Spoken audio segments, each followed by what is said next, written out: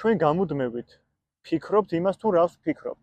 ნაცვლად იმისა, რომ ალბათ დავფიქრდეთ, სად ვფიქრობთ. აი ეს ყველაფერი სად ხდება?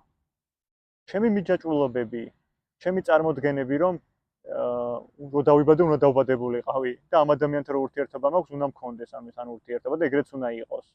და ის თუ წავიდა, ამითი ჩემი ცხოვრება სრულდება. ან ეს ფინანსები თუ წავიდა, ამითი ცხოვრება სრულდება. ან რომ მოვკვდები ეს რომ არ მახსენდება და მიჯაჭვულობებისგან განთავისუფლება რომ არ დავიწყო, ეს რო არ მახსენდება და სულ გართული რო ვარ რაღაცების დაგეგმვაში და ჩაბღაუჭებაში. ეს ყველაფერი სად ხდება? დაგისვამს ეს კითხვა? აი ხა 2 წამით ჩემთან დაფიქრდი, ნაცვლად იმისა თუ რა ხდება, არამედ სად ხდება. აი ხა რო ფიქრობ, ეგ სად ხდება. და შეიძლება აღმოაჩინო, რომ ეს ყველაფერი თავში ხდება. და შენც მთლიანად შენი არსებით ხარ თავში. აი ხა ადექი და როგორც გესმის ბუკვალურად არაფერი განსაკუთრებული. ადექი და შენი ყურადღება რაც თავშია დაგროვებული, ადექი და გულში ჩამოიტანე. გაიქცევა ისევ თავში ადექი და ყურადღება ჩამოიტანე გულში. ცოტა ხანში გაიქცევა ისევ ყურადღება თავში, ადექი და ცნობიერად ჩამოიტანე მთელი ყურადღება გულში.